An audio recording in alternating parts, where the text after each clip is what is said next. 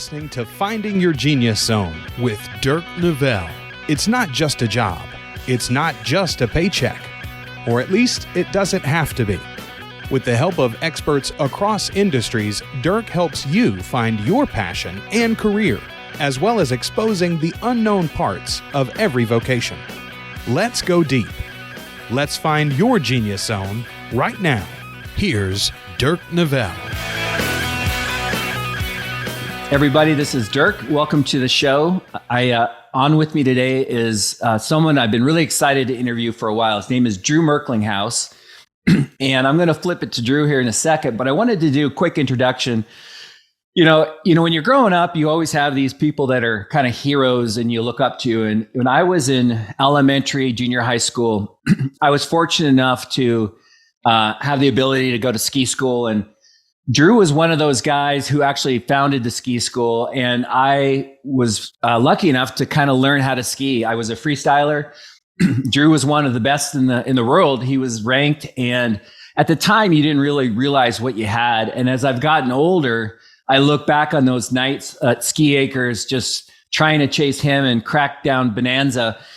And at the time, I mean, we had a busload of students and probably 6 or 7 instructors who were some of the best in the world.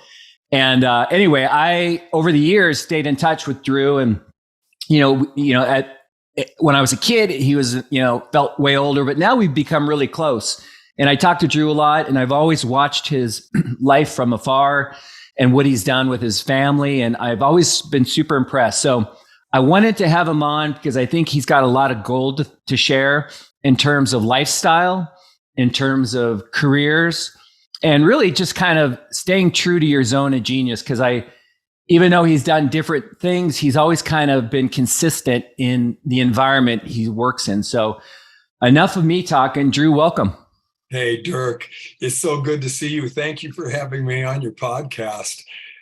This is wonderful. You look great and you sound great. It's funny that you mention how we met because at the time I was a World Cup freestyle skier. I'd skied for a year on the PFA World Trophy Tour, which again was the world stage. And then I got onto the World Cup for 2 or 3 years after that. But I would come back intermittently during the course of the winter and take you young guys on. And in that environment, you were one of the real badasses that came out of Skiing Unlimited, an excellent skier. Definitely one of the best, and we nurtured a few national champions out of that group. So those were the good old days, and it's cool that you're introducing me kind of in a reference of skiing, because I'm looking at the poster behind you, Finding Your Zone of Genius. And I don't think skiing is really a zone of genius, but probably when you're reflecting on my career, so much of it is always going to be aimed right back at this thing that I started doing when I was 3 years old. And, maybe I could just start with a quick little background on my life, and you'll see what a role and what an influence skiing played. And today, just so you know, I'm 66 years old. I am just walking in from skiing. I live in Sun Valley, Idaho. It is March 30th, and I am skiing literally thigh deep powder out there. It's super unusual. It was an epic day of skiing, just a blast. And so one of the things that I do here today now at my age, I'm a ski instructor here in Sun Valley. I'm actually the technical manager or the technical director for Sun Valley Snow Sports. So I do a lot with the training here, hiring new instructors, and I also do a lot of private lesson work. And what I tell, especially young people that come out and get a ski lesson from me, you get these wealthy families and kids that are entitled and a little bit spoiled. And I just want them to know what a special experience it is to be able to enjoy the outdoors in this mountain community here in Idaho. So what I do is I tell them the story. I say, when I was your age, actually I was a little younger, I was about 4 years old at the time, my dad gave me a gift. And I didn't know how important that gift was at that time. But today, I am grateful for it every day. He gave me the gift of skiing. He introduced me to the sport when we were skiing on long wood skis and leather boots. And I grew up every weekend kind of inundated with the smell of wet leather and wool.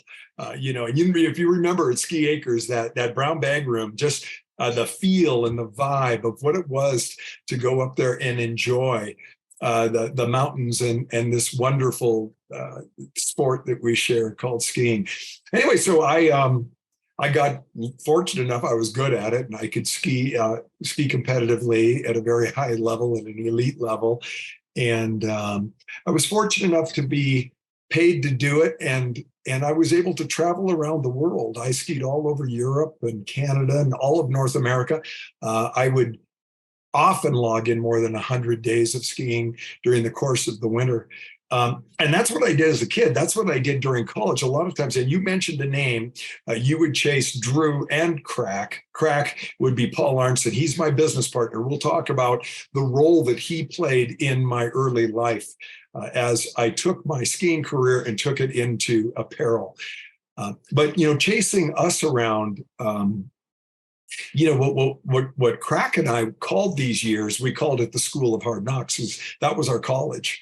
We spent it traveling on the World Cup. And so that's kind of phase one. Phase one was in high school, one of the things that I really wanted to do is I wanted to become a ski instructor. I did that and I got certified. From there, I became a competitive freestyle skier. And the competition years were kind of phase two. But maybe where my career took kind of a turn, which is why I'm sitting here with you today, how we can just really capture the essence of what it is to pursue a career or a pathway and how important it is, especially when you're young, to say, am I pursuing the right path, or is this a waste of my time, or do I need more education? But it kind of landed in my lap because I had a skill set of skiing, and this gentleman, Paul Arnson, and I were such good friends from high school. We started a ski wear company, and we had enough on the ball. He was very, very creative. He's an excellent designer, and I have a kind of an organizational mentality inside of me. So we teamed up as partners. There was actually a third partner, Mike Black, as well, and we started a ski wear company. And it was a little bit like being in a garage band. We would work hard at it every day, and we would ski a lot and windsurf a lot. But ultimately, what we were doing was we were like mad scientists in a laboratory, crafting and creating cool ideas in a sport that was really in its infancy, which was freestyle skiing. We were designing ski wear that fit better and that flexed better and that looked better because this sport is a judged sport. You're skiing down to impress people. So you just couldn't find outfits maybe flashy enough and wild enough. But the sport of freestyle really ushered in kind of a generation of ski clothing that I think we probably helped to influence what it looks like today, the bright colors and the nice fitting and so forth. Real quick, I want to jump in because I by the way, I had Crack on a earlier podcast, so you can look him up as well. It is really interesting because I love, like, Aviator Nation is an apparel company that pretty much, I think, copied you guys. So Breezin, back in the day, if you were super cool if you had a Breezin pullover, which was 3 stripes, and some of them were one-piece suits for skiing. But like, I feel like you guys were like so ahead of the curve in not only the comfort and, like when you're doing crazy aerials and you need to stretch your arm, if you're doing a helicopter, you always never felt constricted, but the look of it is like, if you look around today, I mean, Marine Layer, Aviator Nation, I mean, you see that whole Breezin look all the time. So you kind of have to laugh a little bit because I think you guys were the ones who started that. True. Aviator Nation is a really cool brand, and they absolutely knocked off a lot of the designs that we were doing back in the late 70s and early 80s. We've been, of course, getting your designs copied is the probably the greatest form of flattery when you're in the apparel business. And so I don't mind it at all. I think it's a compliment. It was funny to see another company that I started called Heat Sportswear, another very hot, flashy, fun company. We were getting knocked off by Prada. And that was just like a year ago, and I'm looking at these Happy Camper shirts and these Mr. Heat shirts and popping up in their line. So anyway, this apparel thing, you're right, Dirk. We would take and we actually did everything soup to nuts. We didn't know any better other than to just take something apart and figure out how it was built and start building them ourselves. We were actually, we had a cutting table. We would take fabric and we would build patterns. We learned how to grade patterns. And we had eventually a very unique retail shop. But when we learned how to actually make a garment, we started to study how the sleeve is connected to the body. And we thought if we could adjust the shape of these curves, we could get the sleeves so you could get your hands over your head up and down without really disrupting the look of the garment. So there was a lot of really inventive, creative things. We called it a rocker sleeve. If you remember the pullover that you discussed, it had a side zip on it. And that was kind of unheard of. It's kind of weird to say that we invented it, but it became very, very industry standard to put zippers on the side of these pullovers or these anorak jackets. And the purpose of that was, we wanted the fit to be right. And for that thing to actually get over your head and down on your body, it would be a big baggy, gunny sack. So that's why we incorporated that side zip so we get a nice trim look. Anyway, We're bouncing around a lot. After years of cooking like this, we were actually making ski suits for people like you. People would come around and we were starting to outfit ski schools and the ski patrol. We were starting to sponsor some of the best athletes in the world in our product. And then something magical happened. It just clicked. It got popular. Our look became something that was very, very desirable. I keep waiting for my look to become desirable. So I don't know if you have any advice on that. Let me know. Well, we know what's right for you. But Dirk, what I'm kind of thinking is, we could use you as a model, and there's a niche for me, buddy. 5'9" to 5'10", right? There's, I think I'm big in Brussels or Belgium, somewhere there. I was told it's a big deal. Hey, so this is perfect. You don't have to feel like this is exactly, just let me interject. This is exactly what people are listening. And what I'm tuning into, Drew, is just like, this is something you've always had passion on, and you've stayed true to it. And by the way, I mean, you're talking about different multiple skill sets, like launching an apparel company, the creativity, the business savvy, the marketing. I mean, there's a lot of skill sets involved. And it was always interesting to me is you guys did it all really well. And sometimes someone who's really good at the creative isn't good at the business side of it, but you did it all. But I think I want them to pay attention to, Drew was passionate about skiing from day one, and it's carried with him in every chapter of his life. So keep going.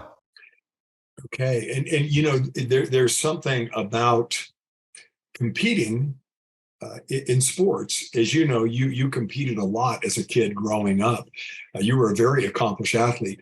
That element inside of you becomes one of your best resources when you put it into the business, community. And you mentioned that I've got a kind of a business mind, and I've also got a marketing mind.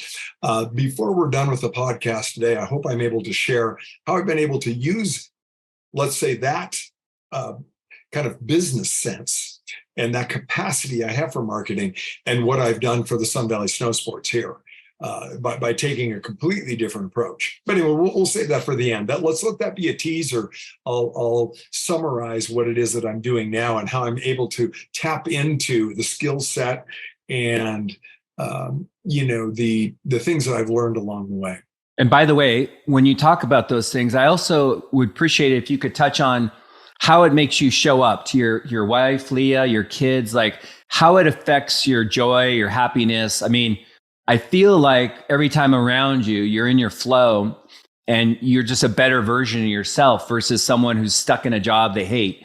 Because I think that's really important to like see here with Drew, because he's just, I don't know, the energy is always off. I mean, it's amazing, right? And I think I look at it and like, I want some of that. So, well, and again, we're gonna, when you're tapping into Drew, and you're seeing a passion and energy and a kind of a love for life, and there are some things that are super important anchors. That there are just things that I will touch on, accomplishments and highs and lows. But behind the scene, there's a couple of things. Okay, you mentioned Leah. That's my wife. We'll have been married 37 years next month. And I mean, I don't know where 37 years came and went, but we've raised kids. We've got grandkids now. And I was telling one of my kids, Nate, that I'm going to do a podcast with you today. And he goes, well, if you're going to be honest with Dirk, you're going to tell him the real deal. Drew hates work. Okay. Drew loves money. All I want to do is retire in my life. So I married this super hot supermodel chick, and she's incredible. She can literally run a chainsaw in lingerie. And she has been such an important piece of the success. So maybe when we're finding our zone of genius, don't forget those outside influences, friends, family. And when you can have a partnership like the one I have with my wife, we're madly in love with each other. It is absolutely a marriage that will survive and last forever. And you and Michelle are the same thing. Dirk, you guys have this kind of iconic relationship. She's a beautiful woman. There's something extremely important in a relationship like that. Raising kids, don't you think? Yeah. So, I mean, I love where you're going on this, and Leah is amazing. It's also like, think about it, Drew. Like you and I grew up. You went to Interlake or Bellevue High? Bellevue High. Oh, yeah. So, we had a lot of friends. We played sports. There's a lot of adults who maybe don't have a lot of people to lean on, right? And I always think you are who you hang out with. It influences who you become. So one of the challenges is you and I were lucky enough to, marry up. We definitely married up, but have great people around us that help, shape and form us. This podcast, for people that don't have access to people, I hope this helps just give you a little bit of insight, but also my advice, and maybe you can touch on this, is how crucial it is to, when you're doubting or you're frustrated on what you want to do, reach out to people that you love, that you trust, that, care about you. Because sometimes that's a really good backdrop or a mirror of a direction you should go in, even asking them what you think I should do. I think you and I are who we are today to some extent by who we've been with along the years. So anyways, again, I keep going back to that 25-year-old kid coming out of school and like, I don't know what the heck I want to do. I think I want to be in apparel, but I don't know. I think being around the right people is certainly important. And Dirk, you just don't underestimate the value of community. And if people are tapping into finding your zone of genius through this podcast, they can reach you. From you, they can reach me. I'm happy to take an email, take a call, talk to somebody personally. It is super underestimated, the value of friends. When you think about the lows in your career, when you've called me and said, hey, listen, I'm making a career change. I'm really kind of frustrated with what's going on. Same thing with me to you. There was a time where I was at kind of just rock bottom low. I just never been hit that hard before. You were one of the first people I talked to. And from that, something really beautiful happened, right? And again, we'll tie that in as we make our way through, the journey of my life as the career goes. And real quick, sorry to interrupt again, but when you're talking, feel free to elaborate on like what does the day look like? I mean, what you can tell them what you've done, but there's a lot of back stuff. You've put in a lot of time to get to where you are. And people that want to get into apparel or get into something like that, ski equipment, whatever, they need to understand like what the days and hours are like. I mean, things like, is this a 9 to 5 gig? Is this a job where I have to travel, leave my family? So feel free to kind of articulate or break down like the life behind your career and what it looked like. Yeah, well, it's funny, but you remember the office that we had down across the street from Houghton Beach in Kirkland? We had rented a big, huge building from Ivor Haglund, and Ivor is Ivor of Ivor's Fish and Chips, right? And he didn't want to rent the building to us. Okay, and we're now kind of a hot little company, and we need to set up a sewing line, and I'm kind of bringing us back. Let's say the year is 19. What would it be? Probably 78, maybe it's 1980. But we needed to move. We needed space, and we wanted this building because it was right across the street from Houghton Beach Park in Kirkland. Okay, and I had gotten into windsurfing, right? And if you talk about what the day looks like, okay, we needed to figure out how to get Ivor Haglund to rent us this building. So I wrote him this letter about us young guys and how we have grown up in Seattle and what it's meant to eat Ivor's clam chowder. And I said, at the end of the day, if you either rent this to us and I put this I was very creative with my pictures, but I put a couple of clams at the bottom snapping. I said, just keep clam. And that's what pushed it over the top. He ended up renting us the building. And so my average day, I would come to work in a pair of shorts, probably not even a t-shirt. No shoes. And I'd spend all my lunchtime windsurfing out in front of that beach, having fun as usual. And so let's say back to the serious part of business, kind of through hit and miss, keeping that business alive, Drew really learned the apparel business. I learned the cutting room. I learned the design room. I learned how to sell product. We were going to trade shows. We had built and designed our own booth for a trade show. I learned the market, all of the retailers, tons of wholesalers, friends around that Seattle community. I met people in the apparel business, which really kind of shaped what it was I was going to do into the future from this part. I wasn't really making any money. I was just having kind of a lot of fun, right? At the end of the day, that's why we called it our School of Hard Knocks. It plays a very important role later for me to know all of the nuances from merchandising to design to sewing. I'd go back into the sewing room, and one of the machines would be broken. I could tear it down, break it apart, and put it back together again. And I could actually operate all the machines in the factory, right? Most people that do what I did in my career, which was to be an apparel executive, they don't know all that stuff. So later in life, let's just say these were the early years where I was selling expensive clothes to small stores or directly to people. Later in my career, I'm selling cheap clothes to big stores. Okay, I'm a part of a big company, a much more of a giant corporate profile, right? But I spent many weeks of my life. If you added them all up, probably more than 3.5 years of my life was spent in Asia, between Hong Kong, China, and so forth. Another probably 3.5, 4 years of my life, week to week to week, was spent in downtown New York, in our sales office, right?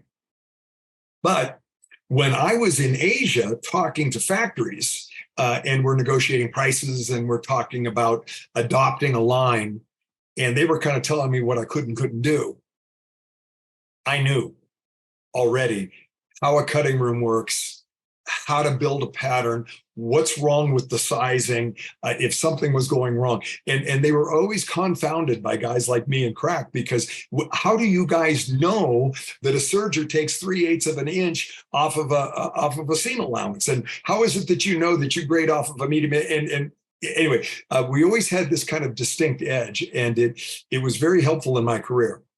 Real quick, I mean, I just think this is really important. I think that you were curious and interested along the way. Like you, maybe by necessity, you had to learn these things, but my gut is there was something inside you, a wanting, a curiosity to learn.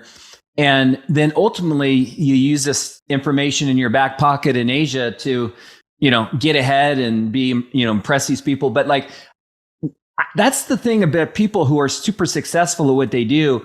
It's like they're not faking it. They're not running a race that they're kind of half-assing it. They're actually really into what they do. And like, that's when you're talking, I'm thinking, man, this is a guy who really liked what he did. And it shows. And then it actually translates to success as well. So my guess is your early knocks, the years that you started off, really helped propel you in the future, maybe faster than, your peers.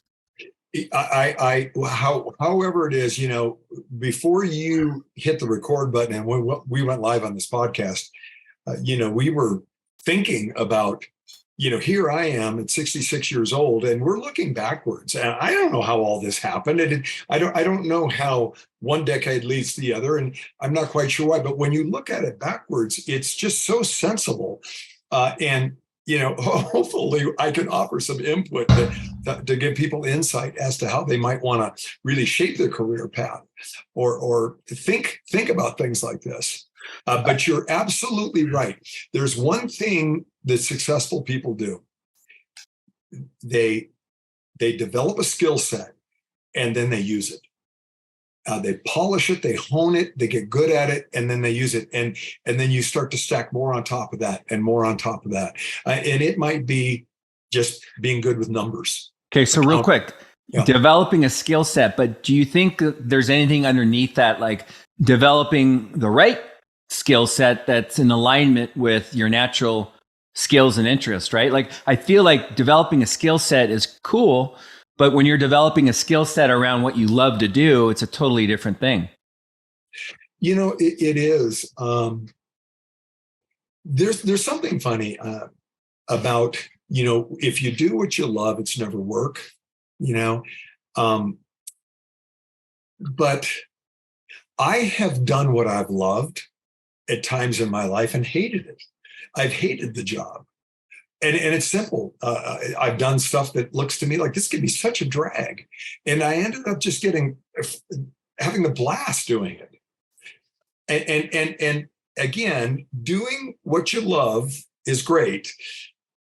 But there's something about working with good people. It's like going to high school every day. You like the guy you're next to. The boss is a cool guy. There's something very generous in the relationship between you and the company that you're working with. And if you're thinking about me, if you go back into those early years, those years that I'm making ski wear, I was learning a lot. I became very successful in terms of creating something that was popular. In a marketing sense, in apparel, one of the things that everybody wants, they want sell-through. They want their product to go in onto the retail floor and sell quick. That is the most desired thing. Calvin Klein, Ralph Lauren, they spend millions of dollars in marketing to create a demand for their brand. Okay? We did that without knowing what we were doing. I would deliver 3 or 4 boxes into a Nordstrom store. Okay. It would disappear in a day. That's how in demand the product was that I was making. They would carry a legal pad and there would be pages and pages of names and there's a waiting list just to get one of my jackets. Right. So this was unheard of. And at the time, I didn't really understand how special it was, because when my career later evolved into selling cheap clothes for big stores, I was never able to capture that lightning in the bottle quite that way again. I did a little bit at times, okay, but something very, very special happened. And I would say that success did something for me and the group of guys that I worked with. We became credible. Other companies started to say, hey, come to work for me. We want what you've got. Could you do that again over here? right? And and so that's kind of what happened next. And if I were to kind of summarize this kind of the ski wear thing, which felt the first 10 years of my apparel background, it was successful. The company was valuable. The partnership collapsed because of a conflict of a lot of personalities. And it's your typical business story. One guy's lying about another guy and whatever else. And anyway, it fell off the cliff. I ended up leaving that company in a way that was very hurtful. Okay. Crack did too.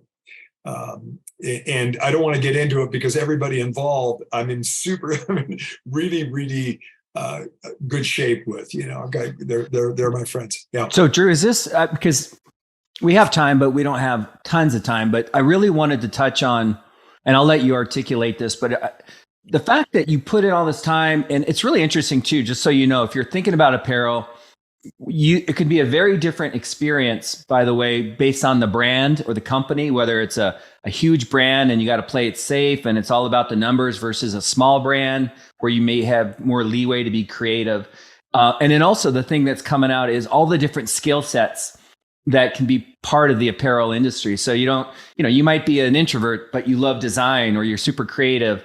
So you don't have to, there's probably A to Z, it runs the gamut. But what I want to one of the things I wanted to talk to you about, or have you talk to my audience about, is, like for me, like I've realized how important being self-sufficient is, like not having to rely on a company, like being able to make a living on my own without any other intervention.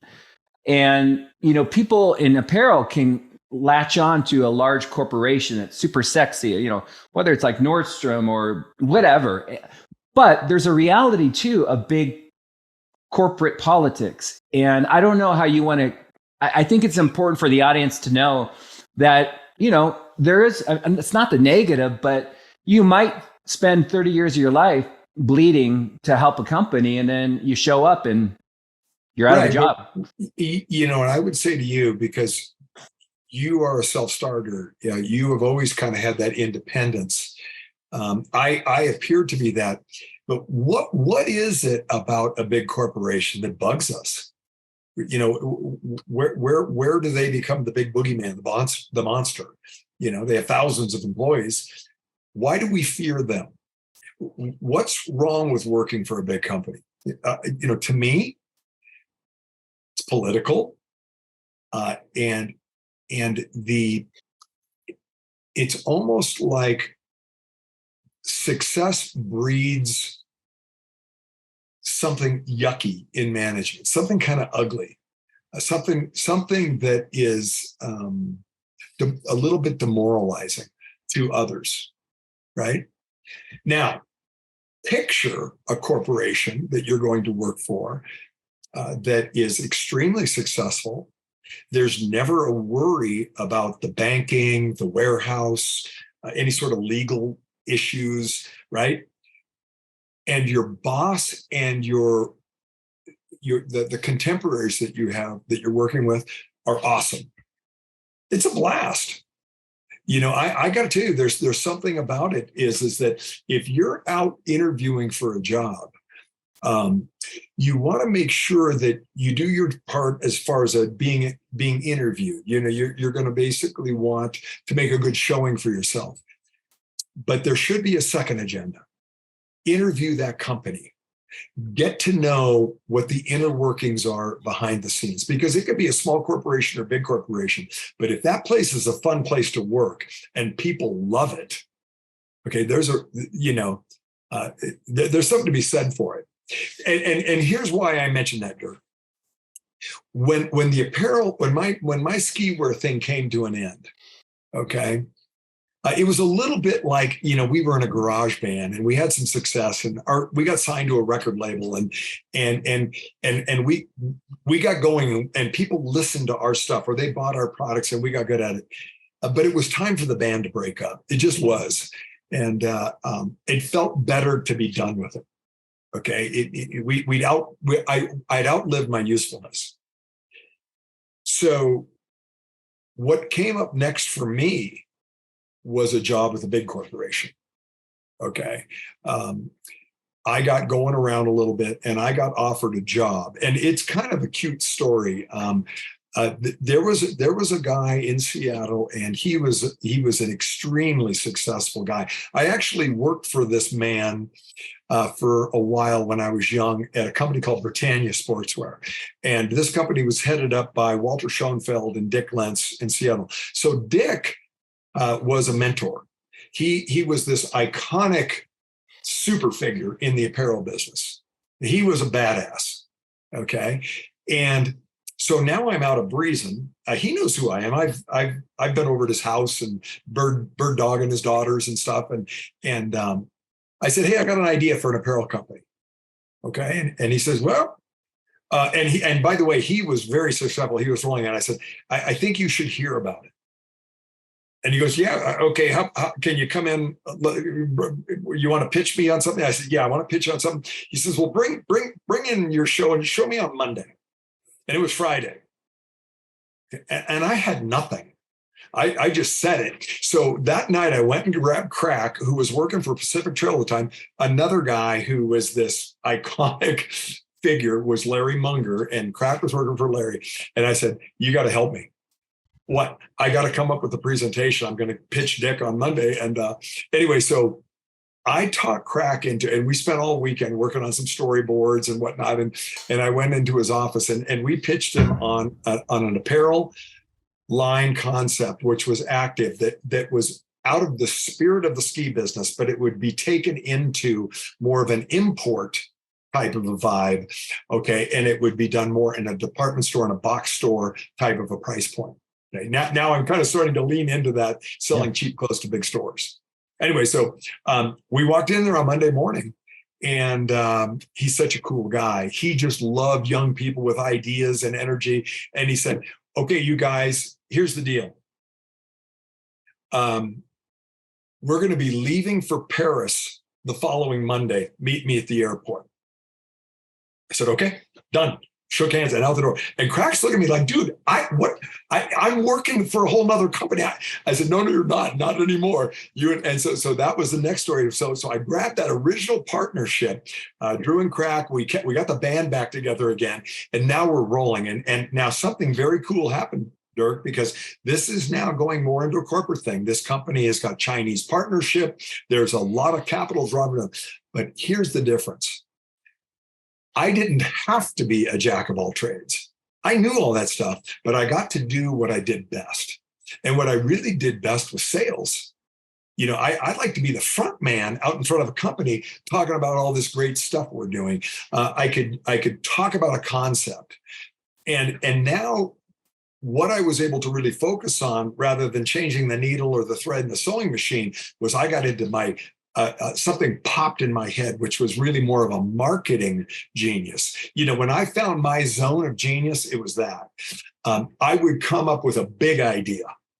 3 times a year, we would launch a line, and we would want some sort of very special theme to springboard off of. And big ideas, that's a term that's used on Madison Avenue in New York. Big companies use it. And what it is, it's an overarching idea that generates enthusiasm. It creates a lot of motivation, but mostly it gets everybody moving the same direction at the same time towards a common goal. And so once again, this is one of the things that I spend all my winter time doing right now for this snow sports program, is generating big ideas. We'll get to that before we tie things up. But anyway, we're off and running, and Crack is having a ball, and I'm having a blast. And for probably the next 8 years, we just had the time of our lives. It was like we got blown out of a cannon, right? All of this experience and all of this, and it just worked. And there's a big difference. Now we're making money. Okay. And, you know, at 6 o'clock at night, I'd go out in the parking lot, get in my car, turn on the radio, and I'd turn off the business. I didn't need to worry about the status of my bank loan. I didn't need to worry about the fact that I've got somebody that's disgruntled, that's threatening to sue me or something like that. You know what I mean? That was not my problem. What I was there to do was to basically generate enthusiasm and sales, and put this new brand on the map, right? So Real quick. I just want to make sure I'm following you. And we've got about 10, 12, 15 minutes. So there's a couple questions I ask each guest that I want to make sure I have enough time for you to ask. But so I don't know if I'm misreading you, but I want to make sure I'm following you. So are you talking about like the reality of when you go work for a bigger corporation, you don't have to worry about A to Z because you're running the business. Now you could just pick your lane. You're in the sales side of it. And I think if I'm right, I want people to pick up on this because the idea of owning a company, running it is sexy and it's exciting to think you're like, but with that, there's a lot of risk and there's a lot of baggage and there's a lot of, the clock never stops at 10 o'clock on the weekends, right? But then if you want to have just a very defined career and you don't want to worry about A to Z, you just want to worry about M and N or whatever, you experience that as well in the sales job because you didn't have to worry about payroll or, all the other things, recruiting. You just did what you did. Am I reading you? You're reading me, yeah. Okay. I never worked harder in my life, if I'm being honest. But I guess I had because I could pick my lane, and it wasn't. I was really able to focus at what came natural to me. But you find yourself, and I'll start to fast track this because this job basically is what I did for the next 30 years differently. I designed and sold jeans and related separates and fashion collections and spent a lot of time adopting lines and building brands. I think I branded more than 7 different companies during the next 30 years and real significant stuff. Hey, real quick, did you do the Squire Shop tank top that went diagonally over the shoulder? Was that you? No. That was a big deal, by the way, when I was in junior high. I don't know what happened to Squire Shop, but no, I don't mean to interrupt. It was owned by a guy named Styles. It was a cool store. When you get around apparel guys from Seattle, and you start talking about retailers that used to be there that aren't anymore, that industry has really been flipped upside down a couple of times. So, well, you mentioned Munger, and I'm friends with his son, and I know you know him as well, who was actually part of our skiing back in the day. Ski school. I didn't mean to cut you off, but I'm going to just kind of tell you. So one of the things I really want to make sure we don't miss out on, and then we can go back is I want to make sure that people are watching this right now. And honestly, if they've never met you, you have all this energy, you've got all this experience. It's kind of intimidating, I would think, like, oh my God, this guy is like up here. I want you to drop some advice to somebody to kind of help them out. I mean, if they do want to get into apparel, maybe just general advice on, if you are going to go down this road, here's some things to think about, good and bad. And then I also want to touch on 2 questions I always ask people are, if you could start over and do it again, it's kind of a hard question, but you have all this knowledge, knowing what you know now, what would you do different? And then I'll save the last question for the end. Sure. But advice, I mean, that's what people are tuning in. They're trying to figure stuff out. Okay. And, a couple of things. Okay. So, Dirk, I never would have said this a decade or 2 ago, but there's something very powerful about setting a goal. And I mean, don't just set it, write it down on a piece of paper and pin it up on your mirror where you look at it every day.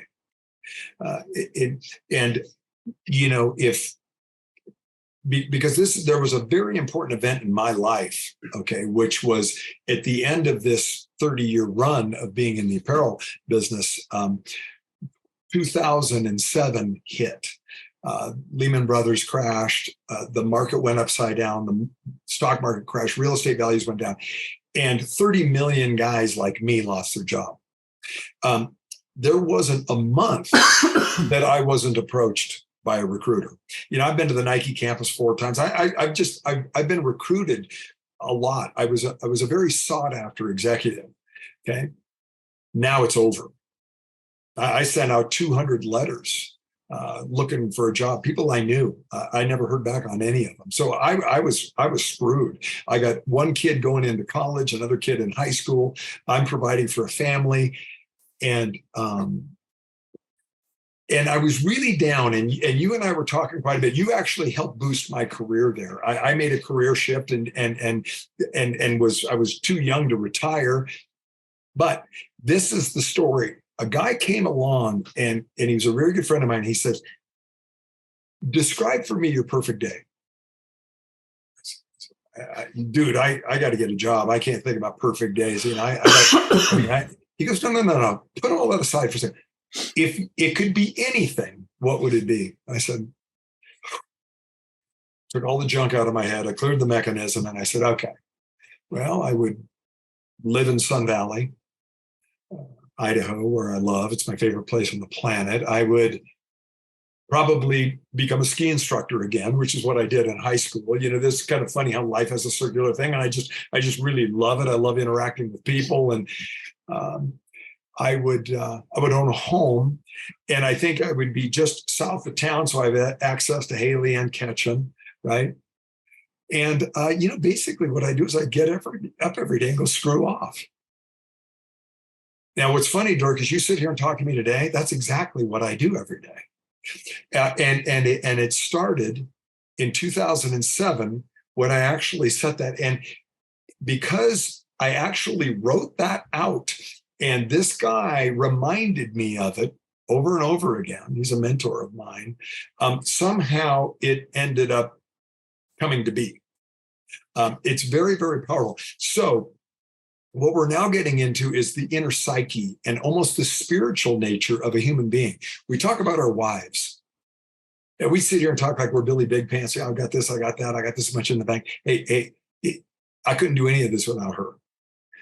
There's one other thing too, and for fairness to the audience, hopefully this isn't a game changer, but I just want you to know, I cannot sit here and talk to you or your audience without mentioning, I have a deep faith in God.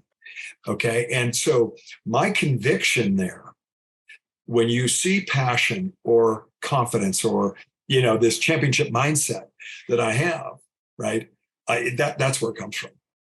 I think we're entitled to say that in this day and age. I hope. I think it's great. Yeah. Well, again, I take orders from a God up above and a wife outside that door there. Okay. And it gives you a foundation, right? And it isn't faked. It's real. It's nothing that I pretend exists. To me, it's just very real, right? And so for your listener, however you find it, okay, if we're thinking about careers, places to go every day and make a living and enjoy the heck out of it, I want you to know I have built many teams. I've hired hundreds of people. I've hired people that haven't worked out, and I've hired people that have worked out. And when you're around a team, which you would call a dream team, one that really clicks, it's when it's great. Now, what does that mean? Be confident. Find your lane and know enough about it. You said the word smart earlier. Okay. If you can be smart in something, okay, it might be accounting, it might be in creativity, it could be possibly in some sort of an organizational, like you're an efficiency guy, right? That's how I roll. I just like things in good order, right? I don't know how to embrace this, but be confident. Both of my kids. I used to take Nate, my youngest, my baby, and I would sit him in front of the TV with the VCR, and I would play on a loop John McEnroe blowing up, swearing at the ump, smashing his rackets, tipping over tables. And Leah would come up, "What are you doing?" I said, "I'm showing him what it takes to be a champion." She goes, "I hate that spoiled, rotten little brat McEnroe. Don't teach him to be that. Why don't you teach him to be Bjorn Borg?" I said, "It's real simple. Bjorn Borg has exactly that same attitude in him. You just can't see it." Okay. There is something about do not settle. Don't let life kick your ass. You kick its ass. Own that. Feel it. That championship mindset, that A game. It is it is vital. Probably you want to temper it. You don't want to kind of be obnoxious. A lot of people don't like Donald Trump. Okay, he is as obnoxious as you can get. So Stephen Jobs. Just if you know anybody that knows Stephen Jobs, you were in that tech business, right? This guy was, God rest his soul, was a monster to work for. But there's something about confidence, really having focus on what it is you're doing. Does that make sense? Do you think that's helpful, Dirk? I'm thinking about me dancing and the confidence I have when I'm out there. No, Drew, there's no right or wrong script here. This is just you speaking from the heart. And I think it's awesome. I think confidence, it's funny. You answered the question I was going to ask you about your dream job. You already answered it.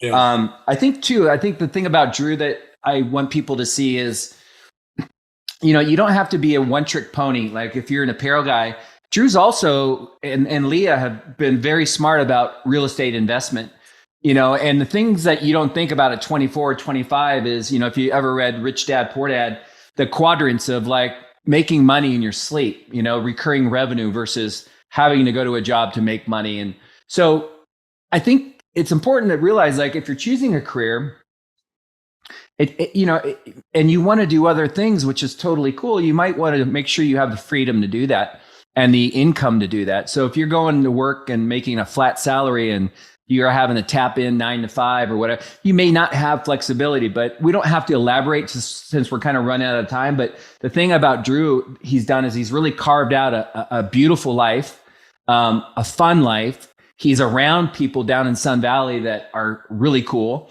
And, the cool thing, he won't say this, but Drew is one of the best skiers you'll ever see. And when you go into an old school ski school system where you have a lot of attitude and people who, think they're skiers, we always joke, if you can't ski the bumps, you can't ski. But I just can only imagine when these old school people watch Drew do his thing, they must just think, oh boy. But one of the things, thank you, Dirk. And as far as skiing goes, at my age, actually 6 years ago, I reinvented my whole approach. You knew me as a kind of a guy that, hair on fire, take that first step, ski like a badass, kick ass, and I've got a whole different approach, and it's enjoyable because I really feel like I might be even better than I used to be in kind of a different way. But it is very true. You're making a really good point, which is I'm living a dream life. Yeah. Every day to me is a blessing. I maybe was one of the few people that that said, if life were to come to an end today, I've got no complaints. I've lived it right. You want my life. That's my message to your audience. And it would never have been possible if I wasn't very diligent about saving, investing, saving. One of the things that your listeners, your audience should know, I'll give you the same advice I give my kids. That 401k plan, try to max it out. Really, there's not a better way to save money when you're working. You're probably not going to be offered a pension of some kind, so you got to make your own. That's where that rental house comes into play, or that investment. And it's sketchy doing them, but it always pays off later. And we're sitting here today with, we probably own 6 houses, right? And 5 of them we rent. We've been able to buy cheap and renovate. And once again, I've got the supermodel wife that isn't afraid to get her knuckles bloody and get her knees dirty, climbing under a house and fixing a pipe. God, I should have interviewed Leah. Yeah, you really should. If you really want to know what makes this family click, it's her. Hey. And, Dirk, it's funny because when moving over here, she wanted to get into the retail business. And, kind of it's this great little ribbon cherry on the sundae, which is to say, I wonder if I could do that first thing, that ski wear thing again, only this time actually make money with all of that expertise that I've got.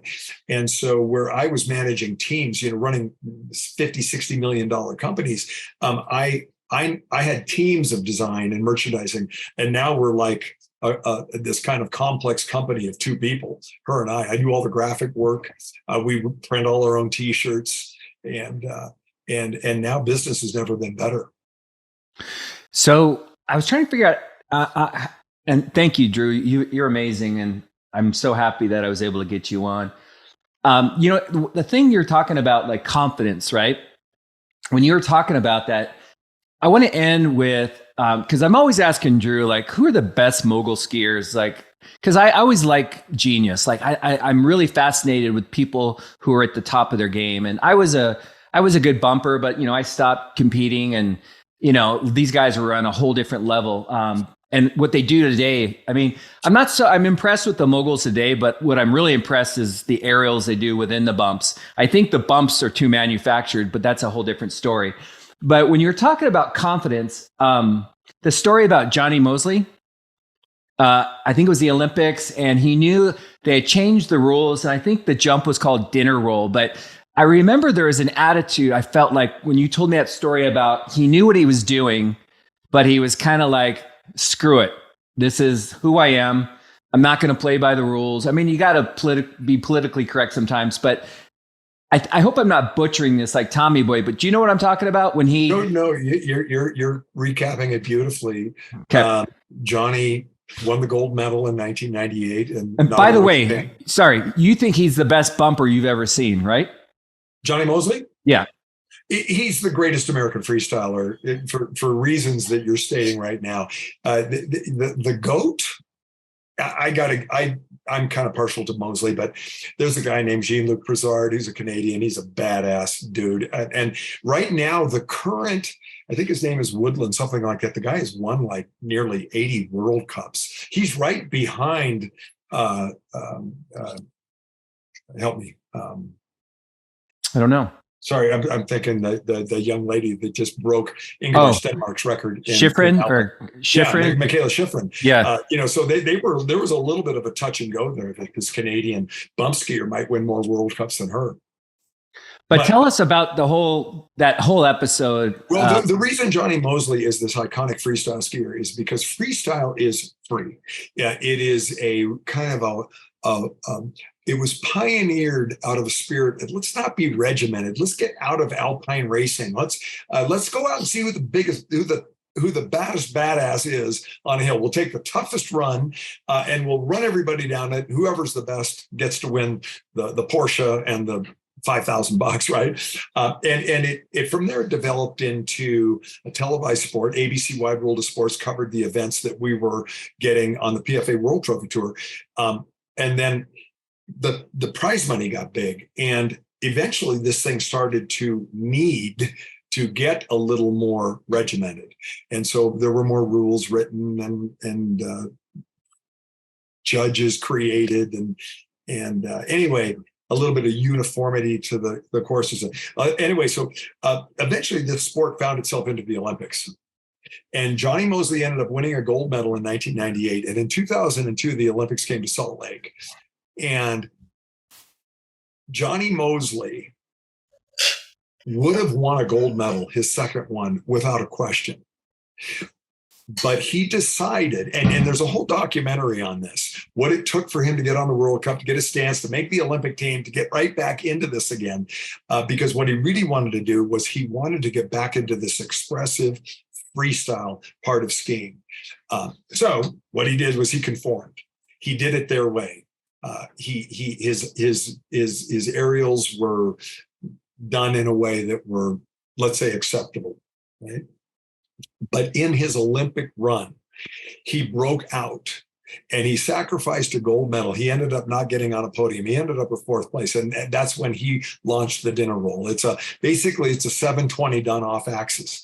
And basically those guys like us that are the pioneers of the sport went, okay, there is the ultimate badass. It's almost like his gift to the sport, which is to say this thing really should be always expressive and free, and let's not let it get so staunchy and uptight. I'd say authentic. Like, to me, there's a parallel with careers, and you can play it safe, but I think if you can be brave enough to be who you are and go for it. And I know that sometimes you got to play by the rules. We all have bills and families to raise. But when I heard that story, I mean, that's why I love Tin Cup, the movie, when he took him 10 and he finally knocked it in. But I just love that in terms of a mindset. And it's interesting. You're talking about freestyle, and that's who you are too. I mean, you've always been free. And I think when you're free, you fly, you shine. We are blessed to live in a country that endorses free. And when you think about conforming, and again, I would advise your audience, to basically put on a professionalism, okay, that will take them a long way in life. But be yourself, right? Dirk, if you meet some little robotic guy with all kind of a recorded answer, I'd much rather be interviewing somebody or getting into business with somebody that was colorful, that was real, that was authentic, That's amazing advice. I mean, that's who you should be, folks. Be yourself, because it's like dating. If you date the wrong way, you're going to end up with the wrong person. Be yourself. And Drew, I loved it, man. Before I kind of end this, is there anything that's on the tip of your tongue that you felt like you wanted to say, or do you feel pretty good? I hope it was okay. I don't look at my life as anything super special. And out the other side of my mouth, I tell my friends all the time, you want my life, right? I guess what I would like to do to finish it up and summarize is thank you very much, Dirk. You're a special guy and a special friend. And again, it's a reminder that your career and what you do to make money is one thing, but cherish those things that are important. Really hold on to friendships. Another little tiny piece of advice. Let's just say somebody's lost, doesn't know what they're going to do, and they're going to go to work as a barista for Starbucks. Is there anything wrong with that? No, not at all. But do this. You're going to be interacting every day with probably hundreds of people. And over the course of a week, thousands. And over the course of the week, maybe tens of thousands. Make a contact list. Be friendly. Get to know people. Share and exchange contact information. Build yourself a database of people, because that is where maybe your next career move could really serve you. You might find yourself as an insurance salesman or something like that. And you might have 15, 16,000 people in a database that you can send some email marketing to. Yeah. And it isn't done pretentiously. It's just that, this idea of connecting and making connections. Yeah. And like in my business, they always say the people with the most friends wins. I mean, It's all about contacts. I mean, if you're in a business that rewards, having relationships. So I'm going to end this. You mentioned Larry Munger and Dick Nevelle. I could never have had the career that I had without those two guys. And they are just iconic people that I was fortunate enough to meet. Of course, they inspired me, but at the same time, they nurtured me. Those guys both became very close personal friends of mine.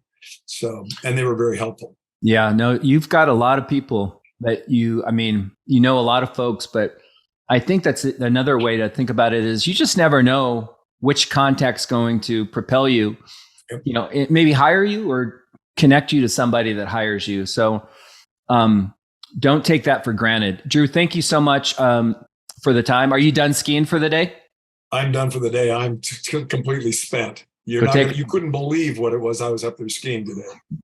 Never seen anything like this at the end of March. I love it, man. That's success to me. I mean, you said something downplaying, but like when I consider success, I look at your life and I think that's success. So congratulations. Thank you so much. And we'll talk soon. I love you, Dirk. Thank you very much. Thank you, buddy.